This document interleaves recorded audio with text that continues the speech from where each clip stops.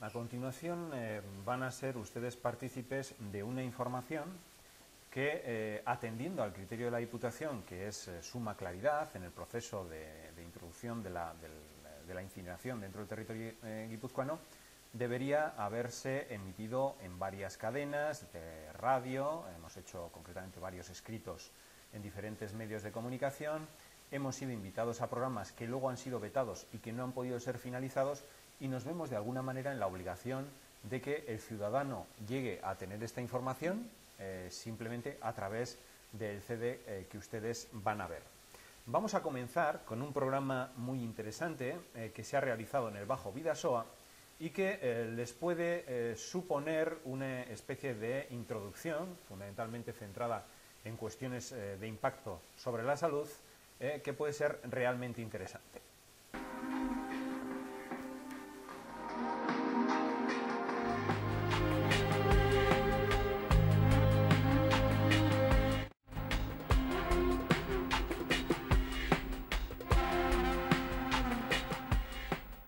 Bienvenidos a este nuevo programa en el que nos vamos a dedicar a hablar de la incineradora que pretenden colocarnos en el área o en nuestro entorno de Txingudi, en nuestra bahía.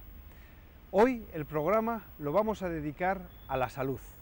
El tema, la incineración y la salud.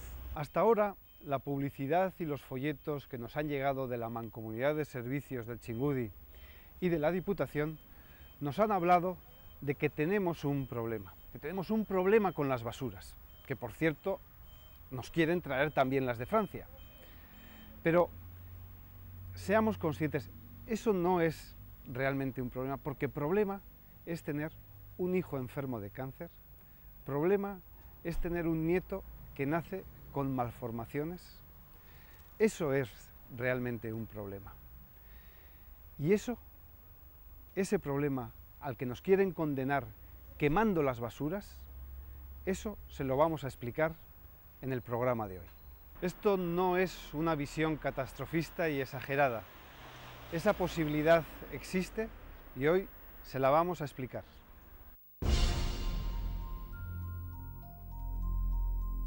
Cuando tuvimos noticia, no hace mucho por cierto, de que alrededor de nuestra casa iban a instalar una incineradora de residuos municipales, lo primero que hicimos como profesionales de la salud fue intentar averiguar si había muchas publicaciones sobre si era cierto eso de que podían ser nocivas o no. Y nuestra sorpresa fue que había miles de trabajos publicados que dicen que sí es nocivo. La proximidad es un motivo o no. Yo concretamente no me manifesté en contra o a favor de algo por proximidad. Yo me manifesté en contra de esto por conciencia, por lo que empecé a leer no me convencía, y cuanto más leía menos me convencía, y cuanto más leía menos me convencía, y cuando ya me asusté pues empecé a hacer cosas concretas. Yo no vivo ni en Txingudi, ni vivo en Irún, ni vivo en la zona. Luego da la casualidad de que la segunda incineradora sí iba más cerca de mi casa, pero no tenía ni idea ni existía ni un emplazamiento para la segunda incineradora.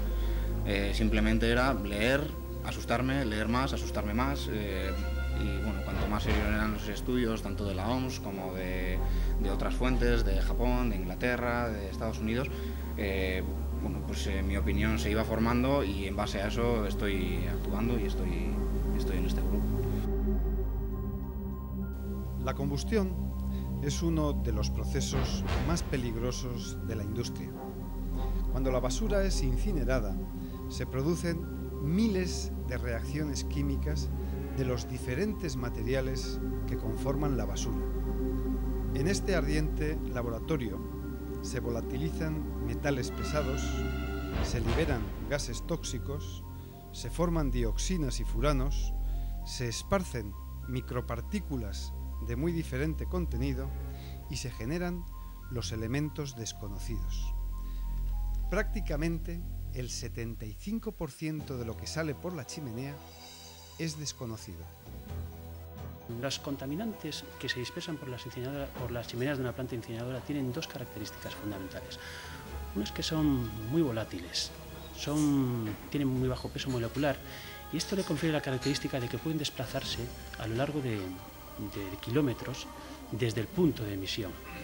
Esto permite que personas que vivan, por ejemplo, en distancias de 15 a 20 kilómetros alrededor alejados de una planta incineradora, pueden ser susceptibles de contaminarse. Por otro lado, estas sustancias además tienen la característica de que son bioacumulativas. Quiere decir, nuestro organismo tiene dificultad para eliminarlas. Por tanto, aunque nosotros recibamos pequeñas dosis, esas dosis a lo largo del tiempo resultan acumulativas y llegaría un momento en que serían tóxicas. Las dosis de las dioxinas son acumulativas, por lo tanto significa que no existe una dosis mínima, es decir, no existe una cantidad con la cual uno puede respirar y ya está salvado. No, porque eso es acumulativo y eso hay que multiplicarlo por el número de días y el número de veces que uno multiplica. Por lo tanto, las dosis mínimas son una falacia y de hecho existen trabajos sobre todo norteamericanos en los cuales demuestran que eso no es cierto, es simplemente una estrategia para vender la película. Es cierto y es de agradecer que las autoridades y organismos sanitarios se preocupen de decir que hay ciertas cosas que no pueden sobrepasar ningún límite para los casos agudos y para la intoxicación aguda, pero no para los casos crónicos y para los casos que se ven años después de que empieza a ocurrir el problema, porque la dosis se acumula, es decir, lo que usted consume se acumula y eso no requiere una dosis mínima, sino cualquier dosis es maligna. El ser humano se puede contaminar de dos maneras fundamentalmente.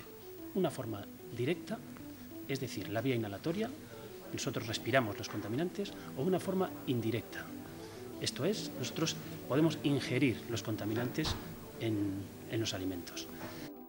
Estamos acostumbrados a hablar más de las dioxinas y los furanos, que efectivamente se merecen esa atención, puesto que son probablemente los mayores tóxicos con los que se ha encontrado la sociedad humana en su globalidad. Pero también otros tóxicos muy importantes, como son los metales pesados, plomo, cadmio, berilio y muy importante mercurio, y otros componentes parecidos pero diferentes a las dioxinas y los furanos, como son los policlorodifenilos y otros como son los benzopirenos. Son muy pequeñas, se clasifican según sus tamaños, pero concretamente las más pequeñas, menores de 0,1 micras o micrómetros, la millonésima parte del metro, se caracterizan porque por su pequeñez pueden pasar todos los filtros, por supuesto, de las incineradoras y además los nuestros, lo cual hace que pueden llegar directamente a los alvéolos, es decir, al interior del pulmón. Y su peligrosidad viene dada porque son capaces de ligar un montón de tóxicos diferentes, como pueden ser dioxinas, metales pesados, policlorodifenilos y otros. Todo esto puede llegar directamente al pulmón y se ha demostrado últimamente en animales de experimentación que además puede producir mutaciones hereditarias, aparte de que ya estaba demostrado antes que eran cancerígenos. De los productos que se generan y están identificados, se conocen muchas de las patologías asociadas a inhalación o a ingestión. De los elementos desconocidos, sus patologías se conocerán en los años venideros. Los estudios que nosotros hemos revisado, estudios todos ellos recientes, encuentran una serie de patologías. Las más importantes son cánceres de diversos tipos, de muchos tipos.